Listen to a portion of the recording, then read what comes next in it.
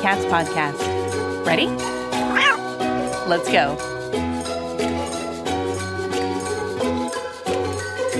Welcome to the Community Cats podcast. I am your host, Stacy LeBaron. I have been involved helping homeless cats for over 20 years with the Merrimack River Feline Rescue Society. The goal of this podcast is to expose you to amazing people who are improving the lives of cats. I hope these interviews will help you learn how you can turn your passion for cats into action. Today, we are speaking with Linda Gage. Linda grew up in New Jersey and started her formal animal career in 2005, responding to the aftermath of Hurricane Katrina. She started with Best Friends in 2006, overseeing the cat areas during emergency disaster responses, and then lived in Utah at the sanctuary for 2 years as the manager of the learning experience, overseeing the visitor-volunteer experience at the sanctuary. In 2010, she moved to Vermont and began working as a No More Homeless Pets network specialist, covering the Northeast, Maine to Delaware, working with shelters and rescue groups by providing them with support, resources to save more lives. On the board of directors of the Vermont Companion Animal Neutering, a low-cost spay-neuter clinic, she's vice chair of the Chittenden County Animal Response Team. She's also a member of Community Emergency Response Team in Vermont. The heart of her work and passion is to end the killing of healthy, adoptable pets in the country's shelters. She lives in Heinsberg, Vermont, with her husband, 6 cats, and 3 goats. Linda, welcome to the show. Thank you, Stacy. It's great to be here. So, how did you get started in animal welfare as well as with community cats? Animal welfare was basically what you mentioned earlier, the aftermath of Hurricane Katrina. But I think I always had that instilled in me. It was something that I think I was born with. My parents instilled in us early on in life a respect and responsibility for the environment and all living things. So when I looked back on my childhood, I saw that all my school projects focused on animals and nature, helping animals basically in need. So when Hurricane Katrina rolled around, I saw the need for both people and pets. But I think the one pull was really watching that little boy on the bus, getting on the bus, and the dog could not come with him. And I just got in my car and drove down to Lamar Dixon, signed up for rescue, and started going into the city rescuing animals. And that's how I met Best Friends Animal Society. Worked with them for a couple months down there. And when I came back home, I started an informal TNR rescue group in my own community. I lived in one of the very rural parts of New Jersey that was mostly open farmland. So there were lots of barn cats, and we just started with our neighbors. And one great story was that our neighbor had 30 to 40 cats. And he fed them all the time, but they were just reproducing. And we talked to him, and he said it would be great to do TNR. He understood what that meant, and he'd still be the caretaker. So that was that must have been back in 2006 and 7. We must have spay-neutered close to 40 or 50 cats. And the last 3 years, there have been no additional cats on that property. And I think now he's down to only about 6 or 7 cats left. So it really does work. Yeah, that's great. It's another testimonial for a very successful spay-neuter project for feral cat colony. Absolutely. So you started working with Best Friends, and what's your role with them? So my role is as a No More Homeless Pets network specialist, which is a mouthful.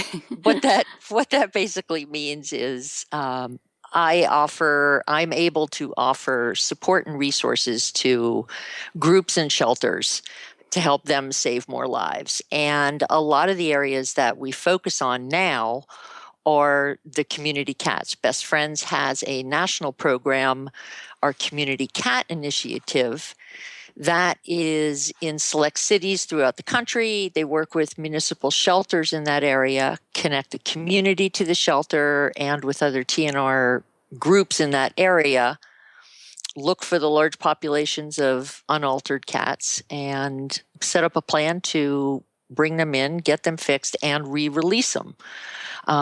That's been going extremely well. in my own work, I guess in my region, I work with a lot of small groups, 2 or 3 people pulled together because they recognize that there is a need in their community, especially living here in Vermont and the Northeast. There's a lot of open land and open space. And I can offer people resources on how to get started. So we have a great tool, great handbook that people can use on how to go about starting a return to field program. What does that mean? Providing grants and financial aid and brainstorming. I think a lot of it I like to spend connecting with people one-on-one, talking about the situation, getting the information, sharing ideas, and also connecting them with other groups within the region who are doing the same thing or who have done the same thing. I mean, there's no reason to reinvent the wheel if somebody else is already doing it. And with the community cats, there's other great national organizations, Alley Cat Allies, Neighborhood Cats is in New York City. And there's just a lot of groups out there who are doing it really well. And the focus really is on that. These animals deserve a life outside. That's where they live. That's where they were born. That's where they're used to being. And we just want to be able to help them stay there in a healthy and safe way. So, in looking at your region, where are the regions where you think there's the greatest need to help community cats? And then what areas of the region have really embraced community cat spay-neuter programs wholeheartedly? So in this region, it's a very interesting question. So obviously, New York City is one of our regions, and we are opening up one of our highly populated areas, as is Boston and Philadelphia. There is a cat initiative program going on in Philadelphia. It's been going on for 2 years now. It's got one more year left in the grant process. We gave them a 3-year grant, and they've been working through that and with us, so that after 3 years, then they can become self-sustaining and run that program in the city themselves. And it has just been a phenomenal success down there. ACCT Philadelphia, their intake of cats has dropped dramatically, and the live release rate has gone up. Some key areas that I know I'm really focusing on with a lot of the network partners is Delaware. And southern New Jersey. And then, believe it or not, even though the Northeast, quote unquote, doesn't have as many animals or an overpopulation problem, I should say, there are still a large number of rural communities, farming communities, that need assistance with their community cats. So I'd say mostly the southern half of the region, because up here in the Northeast, as you know too, since you live here, spay neuter got started 25 years ago, at least with dogs, and cats is right behind it and making great headway. And I think we've gone over the tip of the iceberg, so to speak, and are coming down the backside. So it really does work, and we're making a big impact. And now let's take a moment to listen to a few words from our sponsors. Ready to make a big difference for cats in your community? We've got an exciting opportunity that can jumpstart your efforts. The Community Cats Podcast has launched Community Cats Grants. When you qualify for this innovative program, you'll gain valuable knowledge about how to raise funds for your spay-neuter efforts. Plus, we'll match the funds you raise up to $1,000, doubling your ability to make a difference for cats. Fundraising doesn't have to be scary. We'll be with you every step of the way. Check it out. You can find all of the details on the Community Cats Podcast website under our education menu. Let's join forces to make the world a better place for community cats. So you've mentioned grants. What are the other benefits for groups to be part of the network? So I think some of the really key benefits and opportunities are to work one-on-one with me or your region or your specialist for your area. What I really like about one of the things I do is I get a bird's eye view of the whole region. So I'm in contact with a lot of different people on a day-to-day, week-to-week basis and see things that are going on. And communicating with people and being engaged with a group in one area, I may know of another group who's either doing it or has done it. That would be a great way to connect them. So, and I have a great resources to pull off of. And if I don't have an answer, I will certainly try and send somebody in the right direction to find that answer. But we also have 2 grant cycles a year, up to $10,000. And we have adoption promos, 4 national adoption promos throughout the year, which we do ask for like a reduced fee on some of the animals, but it doesn't have to be like all the animals in your shelter. So for instance, if you're doing a black animal program, if you just wanted to focus on senior black animals, you could do that so that the other ones you could still get your full price for. And we have great marketing toolkits that people can use throughout the course of the year. So let's say they have a lot of senior cats in their shelters, or they have a lot of special needs animals in their shelters, and they need a little boost. They can just use one of these marketing toolkits, download all the information. There's banners, flyers, brochures, cage cards, you name it, it's there. And they can just put their logo on it and bang, they've got an instant, weekend adoption promo to use.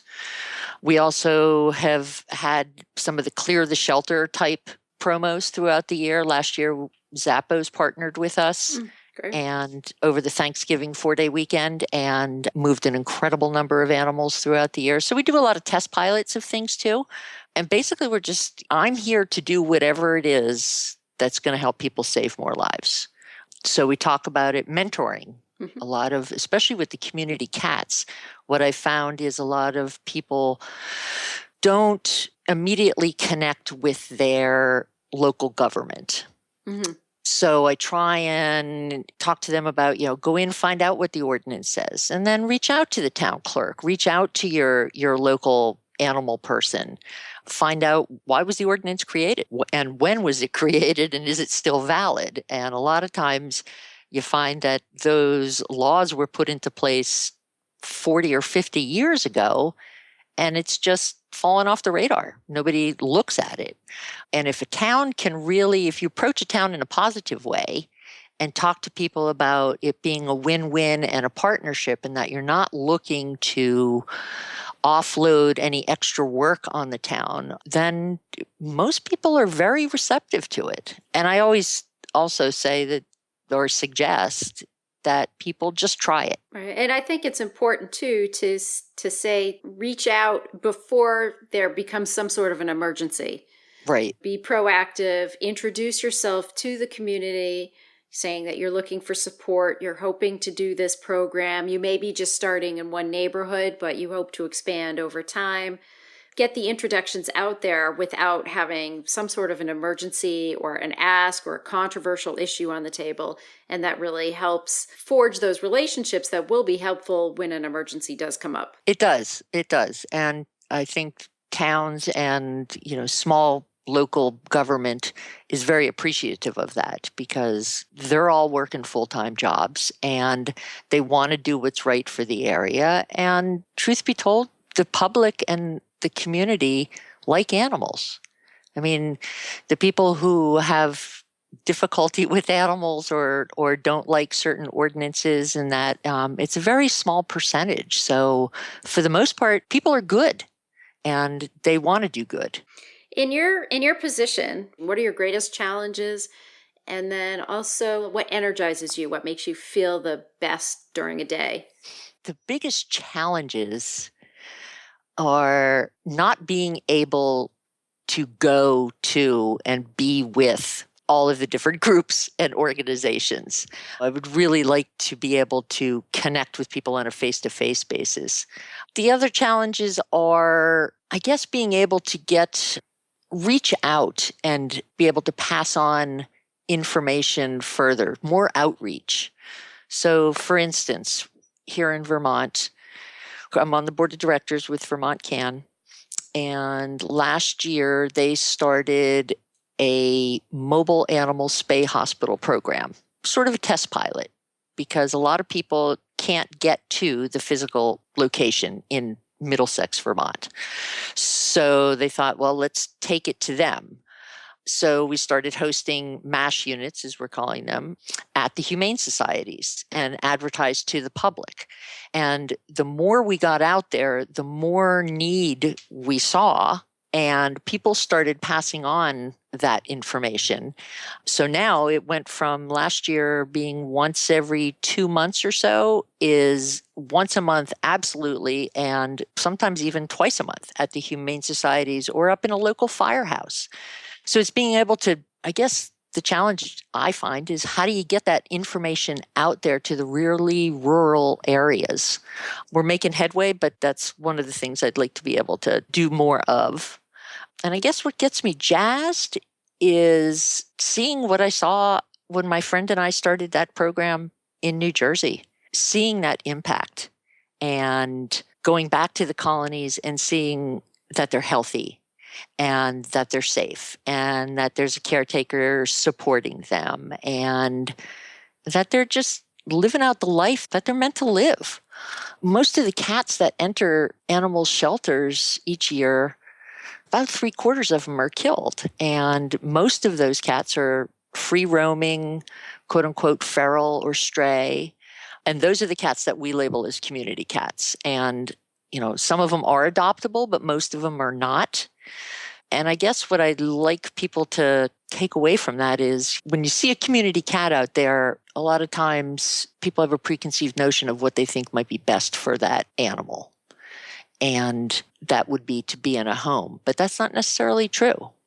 So when I see that mindset starting to change, that gets me excited. And just seeing the numbers in the municipal shelters change like they did in Philadelphia, and the intake numbers going down. I mean, when we start working one-on-one with the municipal shelters, the higher volume places that are getting these cats in on a day-to-day basis, it's sort of like, pick the low-hanging fruit. Let's get the program in there, immediately address it, and bang, then you have a solution. The cats are back out, they're taken care of, they're healthy, they're safe, and they're not dying in the shelters. So that would lead me to my next question, which is, if you saw a stray cat on the street, what would you do?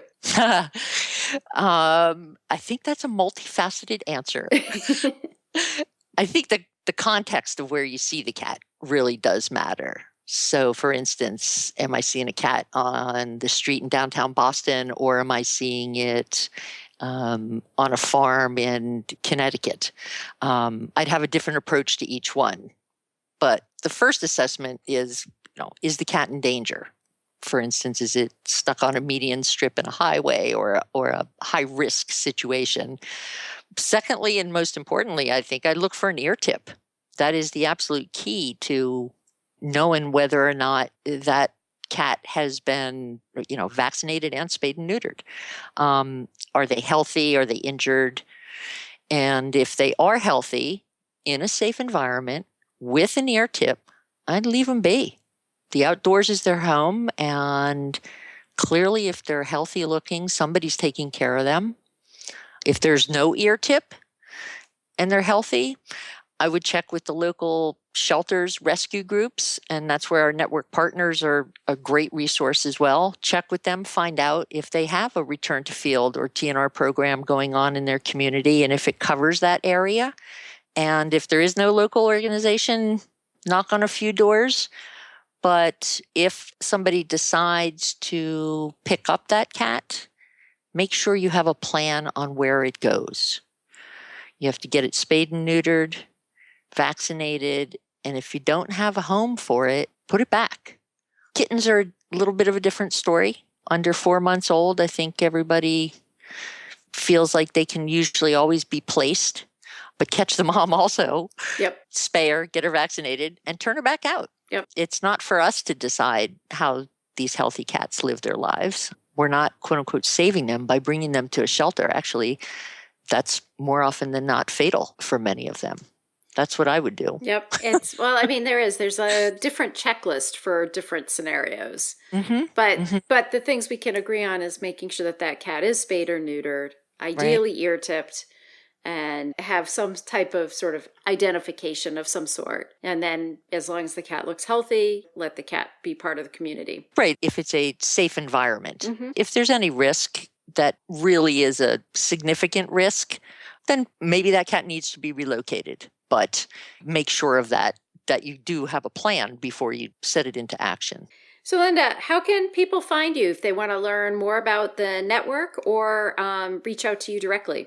I live in Vermont, as you mentioned, and work remotely for Best Friends. So the easiest way to reach me is via my email address, which is lindag@bestfriends.org. And the network program, we talked a little bit about the benefits and opportunities. And I really just, for people who are listening who are part of rescue groups, shelters, municipalities, 501c3s, join the network. I mean, it's basically just that, a network. We don't ask for anything in return. It's free. All we ask for is data. And most people are recording data of some sort. And that enables us to figure out where our programming should go, what direction it should go in, where different funding needs to go. So that's just gathering feedback.